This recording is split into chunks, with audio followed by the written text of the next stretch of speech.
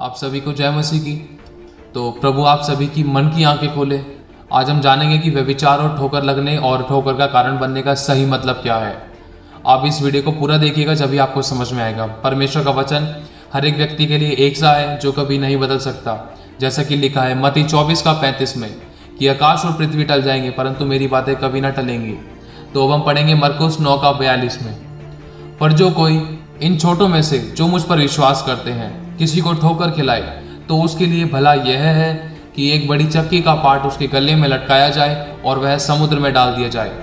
तो इसका सही मतलब है कि जो कोई भी प्रभु यीशु मसीह पर विश्वास करते हैं वे सभी छोटे बड़े और धनी कंगाल स्वतंत्र दास वे सभी यदि किसी के ठोकर का कारण बने या फिर ठोकर खिलाए तो वचन कहता है उनके लिए भला यह है कि एक बड़ी चक्की का पाट उनके गले में लटकाया जाए और वह समुद्र में डाल दिया जाए।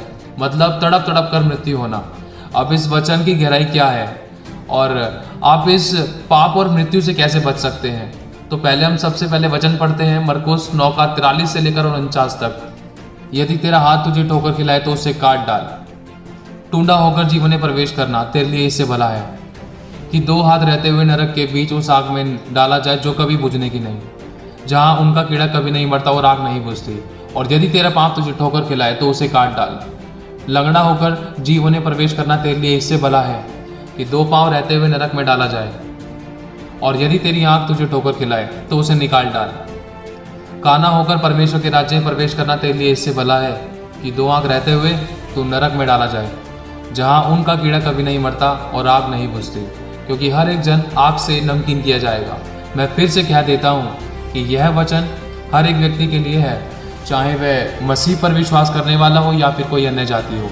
तो अब आपको एक उदाहरण देते हैं। कोई भी मसीह लड़की अगर किसी भी प्रकार के छोटे छोटे कपड़े पहने जिसमें कि उसका जिस्म दिखाई देता है पहने और प्रभु यीशु मसीह की संगति में आए या फिर चर्च में आराधना करती है या फिर बाहर कहीं घूमने जाती है या फिर ऐसे कपड़े अपने रोजमर्रा के कामों में पहनती है, यदि उस लड़की के नंगे शरीर पर किसी भी परमेश्वर के दास या फिर किसी भी मसीह विश्वासी लड़के या कोई भी अन्य जाति की लड़के की नज़र पड़ जाती है या कोई अन्य जाति लड़का नज़र डाल लेता है, तो उस लड़के को व्यभिचार और गंदी अश्लील विचारों से कोई नहीं बचा सकता और ना ही उसे कोई ठोकर खाने से बचा सकता है।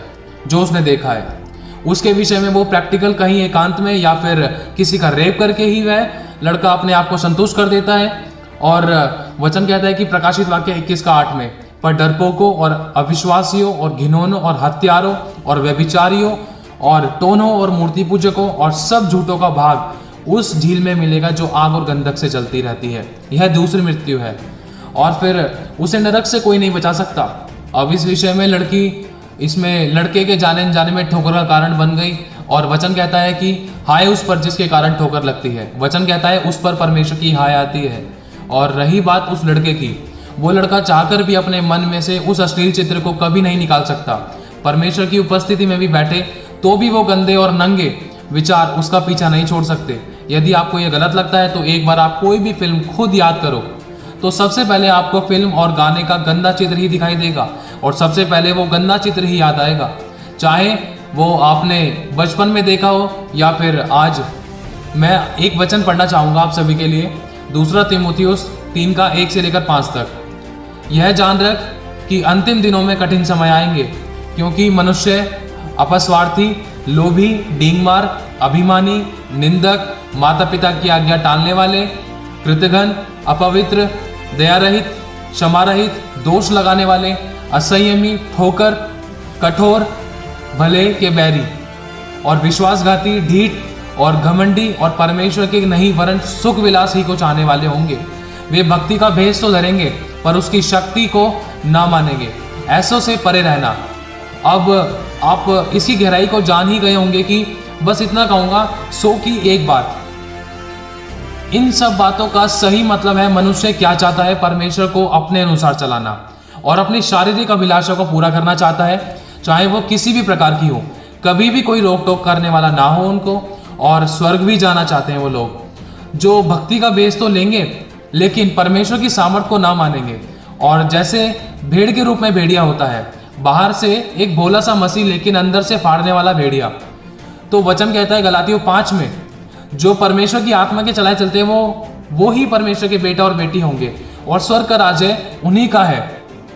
तो हम इस बारे में और वचन से पढ़ेंगे। दूसरा तीमुथियुस 4:2 से लेकर 5 तक कि तू वचन का प्रचार कर, समय और असमय तैयार रहे, सब प्रकार की सहनशीलता और शिक्षा के साथ उलाहना दे और डांट और समझा।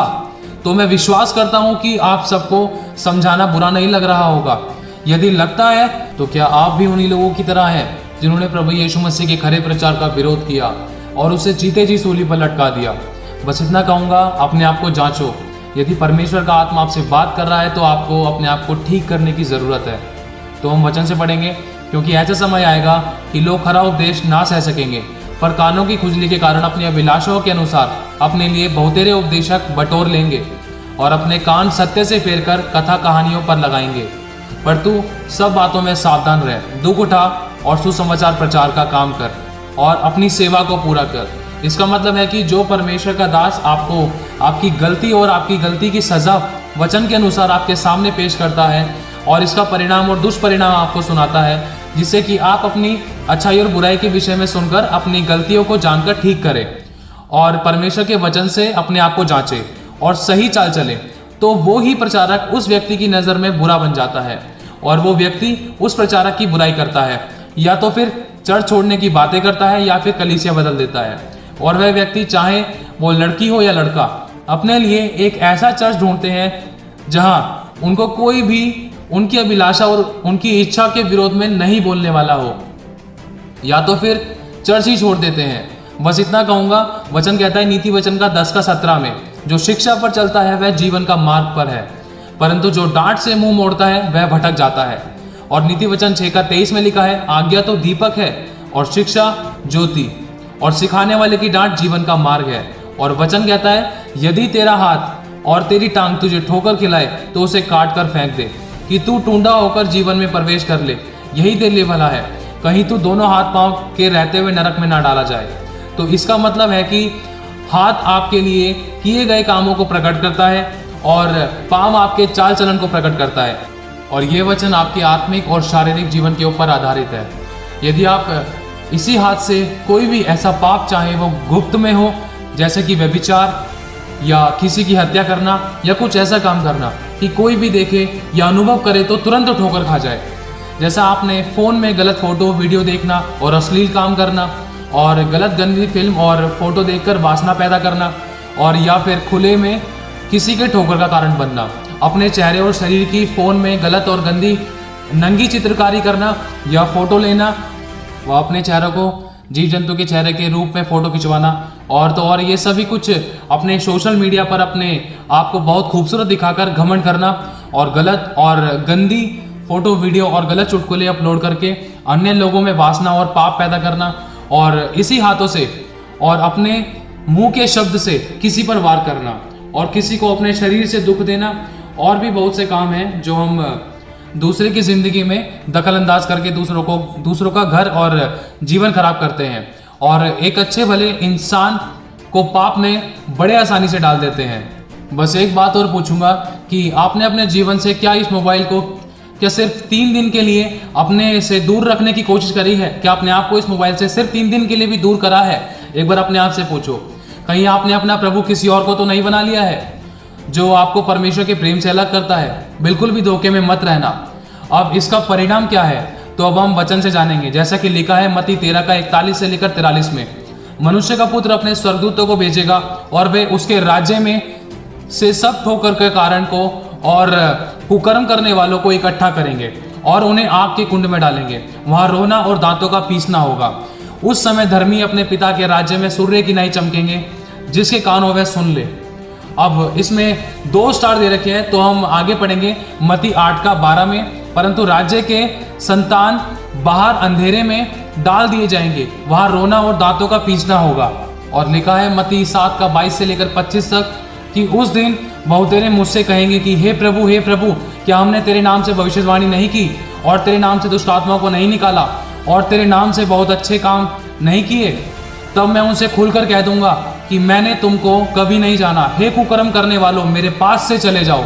इसीलिए जो कोई मेरी यह बातें सुनकर उन्हें मानता है, और वह उस बुद्धिमान मनुष्य की नाई ठहरेगा जिसने अपना घर चट्टान पर बनाया, और मेघ बरसा और बाढ़ें आई और आंधियां चली और उस घर पर टक्करें लगी परंतु वह नहीं गिरा, क्योंकि उसकी नींव चट्टान पर डाली गई थी। और जैसा कि वचन कहता है पहला कुरिन्थियों 3:13 से लेकर 15 तक, तो हर एक का काम प्रकट हो जाएगा, क्योंकि वह दिन उसे बताएगा, इसलिए कि आग के साथ प्रकट होगा, और वह आग हर एक का काम परखेगी कि कैसे है। जिसका काम उस पर बना हुआ स्थिर रहेगा वह मजदूरी पाएगा, और यदि किसी का काम जल जाएगा तो हानि उठाएगा, पर वह आप बच जाएगा परंतु जलते जलते। और वचन कहता है दूसरा कुरिन्थियों 5:10 में, क्योंकि अवश्य है कि हम सबका हाल मसीह के न्याय आसन के सामने खुल जाए, कि हर एक व्यक्ति अपने आप अपने भले बुरे कामों का बदला और जो उसने देह के द्वारा किया हो पाए। और जैसा कि लिखा है गलातियों 5:16 में, मैं कहता हूं कि आत्मा के अनुसार चलो तो तुम शरीर की लालसा को किसी रीति से पूरा ना करोगे, क्योंकि शरीर आत्मा के विरोध में और आत्मा शरीर के विरोध में लालसा करती है, और ये एक दूसरे के विरोधी हैं, इसीलिए कि जो तुम करना चाहते हो वो ना करने पाओ। और यदि तुम आत्मा के चले चलते हो तो व्यवस्था के अधीन ना रहे। शरीर के काम तो प्रकट है, अर्थात व्यभिचार, गंदे काम, लुचपन, मूर्ति पूजा, टोना, बैर, झगड़ा, ईर्ष्या, क्रोध, विरोध, फूट, विधर्म, ढा, मतवालापन, लीला क्रीड़ा और इनके जैसे और अन्य काम हैं। और इनके विषय में मैं तुमसे पहले से कह देता हूं कि जैसा पहले कह भी चुका हूं कि ऐसे ऐसे काम करने वाले परमेश्वर के राज्य के वारिस ना होंगे। और अब आप जान ही गए होंगे कि ठोकर का कारण बनना और व्यभिचार करना कितना भयानक है। और एक बात और कहना चाहूंगा, जीवदेह परमेश्वर के हाथों में पड़ना बहुत भयानक बात है। तो आप सभी पवित्र आत्मा की सहायता मांगे इन सभी अभिलाषों पर जय पाने के लिए, और अपने मोबाइल को सिर्फ अपनी ज़रूरत के लिए ही इस्तेमाल करें, इसे अपनी जीवन जीने की ज़रूरत ना बनाएं। इससे हटकर परमेश्वर को अलग समय ज़रूर दें, जिसमें सिर्फ आप और प्रभु, और कुछ मांगने की इच्छा ना करें, बस अपने आप को समर्पित करें। वो आपको नया बनाएगा, क्योंकि उसने मुझे भी नया बनाया है। और आप सभी से विनती है कि इस वीडियो को अपने दोस्तों को और अपने किसी भी ग्रुप में ज़रूर शेयर करें। क्या पता किसी का जीवन बदल जाए और आप किसी के लिए आशीष और उद्धार का कारण बन जाए, क्योंकि दूसरों की खेती सींचोगे तो तुम्हारी खेती सींची जाएगी।